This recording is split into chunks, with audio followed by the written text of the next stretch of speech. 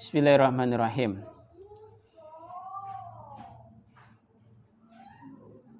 Fasal wa yamlikul hurru.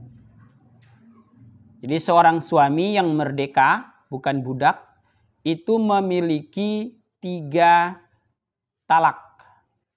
Talak 1, talak 2, dan talak 3. Gitu. Nah, sedangkan budak itu hanya memiliki 2 talak. Talak 1 itu boleh kembali kalau merdeka. Talak 2 juga masih boleh kembali lagi kepada istrinya. Talak 3 sudah tidak bisa.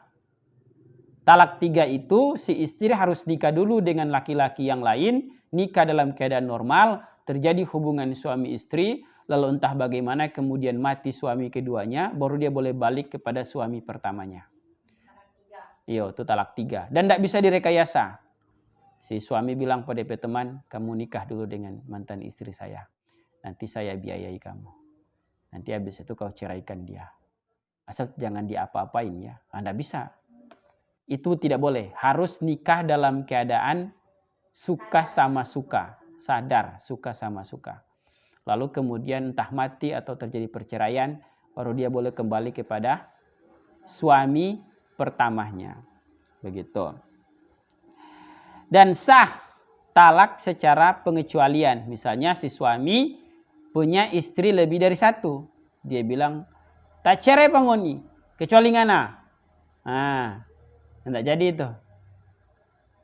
Istri-istri saya ceraikan kecuali itu. Kecuali kamu. Nah, itu udah bisa itu. Yang dikecualikan itu tidak tidak kena talak. Wa yasihu al istisna'u fi talak iza wasolahu bihi.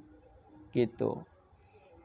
Sah pengecualian di dalam talak. Semuanya saya ceraikan kecuali istri saya yang ini atau kecuali kamu. Nah, yang dikecualikan itu tidak kena talak. Iza wasolahu, jika dia menyambung terhadap kalimat istisna itu dengan kalimat tolak. Wa yasihu ta'likuhu bisifati wa syarti. Sah juga cerai itu dijatuhkan dengan menggantungkan kalimat talak. Biasanya di kita itu ada ta'likut tolak. Jadi habis nikah itu si suami itu membacakan ta'lik talak. Jika saya melakukan perjalanan 6 bulan. Iya, 6 bulan perjalanan laut tanpa memberi kabar, tanpa memenuhi nafkah saya, maka sejak itu jatuh talak 1 kepadamu. Gitu, misalnya begitu. Nah, atau kemudian suami bilang begini. Kita bilang pangana jangan keluar rumah ya. Kalau ngana keluar rumah, sejak ngana pe kaki kanan di luar, sejak itu jatuh cerai. Hah? Itu jadi apa? Jadi cerai itu, jadi sah gitu. Kalau DP suami kemudian istrinya kemudian apa? Istrinya kemudian keluar rumah, maka sejak keluar rumah dia sudah terceraikan.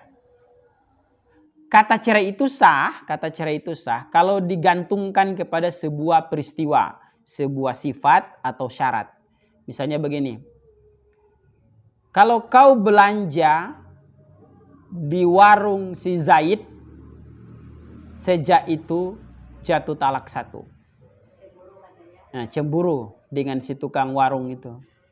Lalu istrinya belanja di rumah di warungnya Zaid itu. Maka sejak belanjanya itu jatuh talak. 1.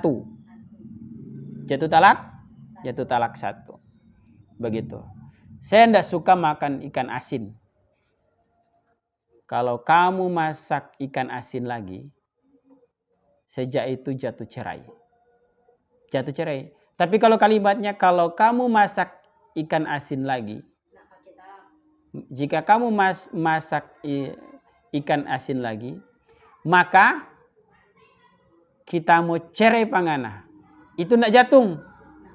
Tidak. Karena kan kalimatnya kita mau cerai pangana. Berarti dia harus apa? Harus tindak lanjuti lagi. Tak cerai pangana. Baru jatuh. Paham? Kan bahasanya benar. Kalau ngana belanja di warungnya Zaid, maka kita mau cerai pangana. Kalimat ini tidak lantas menjadikan istri tersebut ketika dia belanja jatuh cerai, tidak. Karena ada bahasa kita mau. Kecuali ditindaklanjuti baru kemudian jatuh. Tapi kalau dia bilang begini, sejak ngana belanja di warungnya Zaid, kalau ngana belanja di warungnya Zaid, maka sejak itu jatuh cerai. Kalau begitu jatuh saat dia belanja. Tapi kalau kita mau cerai pangana kalau belanja di situ, itu tidak jatuh, butuh tindakan berikut begitu. Mengerti? Walaya kautolaku qabla nikah. Cerai itu tidak terjadi sebelum nikah. Jadi kalau belum kawin, biar lagi pacar bilang, tak cerai pangana, talak 5, nggak bisa. Gitu, ya. Nah, ada 4 orang yang kalau menjatuhkan talak ini tidak sah, tidak terjadi. Siapa saja mereka? Yang pertama anak kecil, kedua orang gila, ketiga orang tidur, ngigau dia, dan yang keempat orang yang dipaksa. Orang-orang semacam ini kalau menjatuhkan cerai, maka cerainya tidak sah. Mengerti?